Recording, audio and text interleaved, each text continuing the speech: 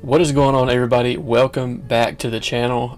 Today, as part 3 of the recap, we have a total record of 6-2. We went 2-1 in the last recap. If you missed that video, make sure you go out and check it out so that you're caught up and all that good stuff. So here's the team. It's pretty much the same. I didn't make any other upgrades throughout the rest of the weekend. We're still sticking with Julius Peppers. I got rid of Reggie White because it's Julius Peppers, man. He's like one of the all-time sack leaders, But he does play defensive tackle for me instead of he's my rush defensive tackle number 2 alongside Aaron Donald, and with Ricky Jackson and Lawrence Taylor on the edge. I'm still holding on to Lawrence Taylor. He's not really that much better than the other upgrades. Like, I know there's people better than him, but I'm just waiting on him to get a 50 card. I mean, he's bound to get one, right? That Thanksgiving card he had in 2018, that was just hell to go against. So and he's one of the Madden legends every year as well as in real life. So waiting on that upgrade. Like I said, I'm not getting the Zero Chill Master Derrick Henry because I don't use a power back enough in my offense to justify me spending 500, 600K on that. So even though he's the new hot commodity to replace Bo Jackson, I'm probably going to stick with Bo Jackson until he gets a 50 card. So let's go with the recap. So yeah, heading into the recap, we're 6-2 currently heading into this game, and this is where it starts getting rough, boys. I mean, you see his team; he's got a little bit of a Falcons theme team. Doesn't really look complete, but we start off with a hit stick fumble on his very first drive, and Deion Sanders takes it back for 6. The former Falcon himself, getting, I don't even know, it's corny as hell, whatever I'm saying, but 1st and 15, he hits me over the middle with Reggie Bush, and this guy, I underestimated this guy. Once I got that hit stick fumble, I was like, yeah, I mean, it's going to be an easy one, right?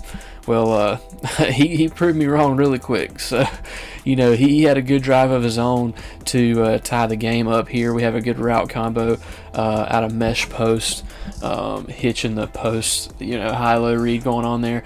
3rd and 2, and we get a throw out of sack from EA Sports. Congratulations on making a really good game, guys. Holy cow. Like, I was throwing to R1 and he was so open, but that throw out of sack made Jamal Adams look like Deion Sanders, so we all know that's not true. So, rolling around with Aaron Rodgers, we find Darren Waller on the playmaker. I said I misspoke in my last recap.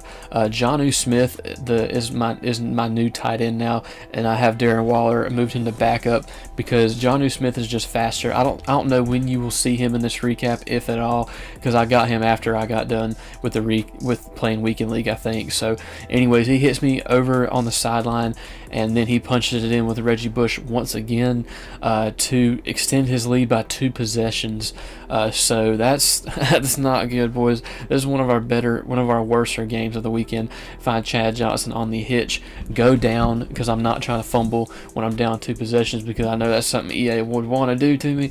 So here we fooled him on the stop and go route. He thought it was just going to be a little curl, and then Terry takes it in for a touchdown to shorten his lead to just 1 possession. So here I tried to play a little bit of man coverage, and then he's got Michael Vick, so if you got your back to the quarterback, you can just take off and run and get easy yards.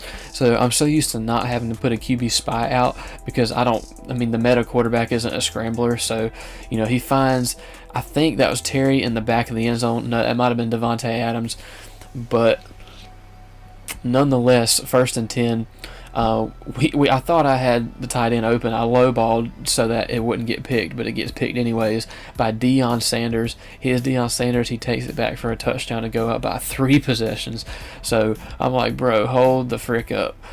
From there, earthquakes hit my house all the time, bro. I mean, what can I say? Heading into our next game, we take a tough L. That's probably one of the worst L's I've ever had on this channel this year in Madden 21. So we get our opponent to a 4th and 6, and Night Train Lane swats it from the back, and then anyway he holds us to a 4th and 5. We throw the low ball to Chad Johnson, and convert. So here I tried to switch things up, go with a little post route over the middle out of I-form, running drag wheel, but 5'11" Ed Reed is able to snatch it out of midair from 100 miles away. So what can you do when that happens, right? Here we we pick him off right back with Jeremy Chin, lurk the tight end on the seam, and get the ball back. So here we need to score, right? We're second and goal on the 4-yard line. We find Chad Johnson on the out route. This dude ran a lot of man coverage. That's probably how his team was built. My team is built more to play zone, but here he hits me with a cover two beater, bro. I forgot all about them cover 2 beaters down the sideline. So he gets the quick touchdown to Marquise Brown, I think that was. So 1st and 10. This is one thing I noticed. That one step ahead beater out of that PAFLN that I went over in a tip video, it doesn't seem to be working now. I mean, I don't know if the defenders have just gotten better, or they just nerfed that route or something, but it used to be good, but now I don't think it is. So I've gone away from not using that as much. I don't know if you guys have noticed the same thing, that have those of you that have tried to use that in your offense. But here he powers it in to go up by 1 possession, 14-7. So yeah, we need to score. We find Chad Johnson on the out route, and I was just feeding Chad Johnson all day, man, because that's really all I could do. I mean, his man coverage was so goddamn good. We find him on the in route once again, and he hits. Oh, come on, bro. Like, I'm driving, so I didn't really need that to happen. So he throws an out route on an RPO, which doesn't normally work, and then he throws it to Marquise Brown, and Marquise just outruns everybody. His fast self gets into the end zone to go up by 2 possessions. So it's looking like a repeat of the last game. So we're trying to make amends, trying to come back at the end of the 3rd quarter. Our chances are looking slim on 4th and 11. We're going to have to go for it. And can't find anybody open. We force it to our running back on the angle route, and Pat Watkins, the campus hero Pat Watkins, who is 6'5", he's probably the best user in the game. I mean, I haven't gotten him, but I struggled against him. So evidently, another earthquake hit my house, unfortunately. So got to get into the next game against Nick Bear 18. I think that's his username. So here on 1st and 10, rocking the Denver Broncos unis. We hit him with a cover 3 beater over the top to Tyreek Hill, and that is really all that it took for him to pause the game and leave. So yeah, it didn't really take him long. I guess he just didn't want to play. So sometimes you get people like that, bro. So heading into our next game against the New York Jets, he's dropping back with Josh Allen. I double flatted that side so that he couldn't throw, so that he couldn't stretch the field on that side, and Jeremy Chin doing his job and pick sixing him. So here we go with a fake with the Snow Beast Lamar Jackson, and I think he got a couple penalties, got me on the 1. So from there I'm like, yeah, let's just fake it. It's just an easy walk in. So 2nd and 10 for my opponent. He throws it to Jeremy Chin once again. For some reason, I don't think he realized the adjustment that I was making. It was a small adjustment, but it was a necessary adjustment to stop his flood concepts and stuff. So here, hitting Chad Johnson on the drag, takes it down inside the 5, where we audible down to weak close flex, and so that we can punch it in with Reggie Bush for 6. So we go up by 2 possessions, maybe 3 possessions actually, because we went for 2. I think my math is right. So here he throws it to Dion. He throws it right to Night Train Lane. So you're never going to have much luck when you're throwing it at Night Train Lane in man coverage. So to be fair, he did look open. His receiver did look open, but the click-on game strong. Click-on game strong, boys.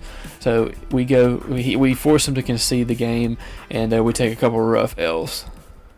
So yeah, I think our record is like 8-4 now, because we took 2 rough losses, and then we got 2 quick easy victories.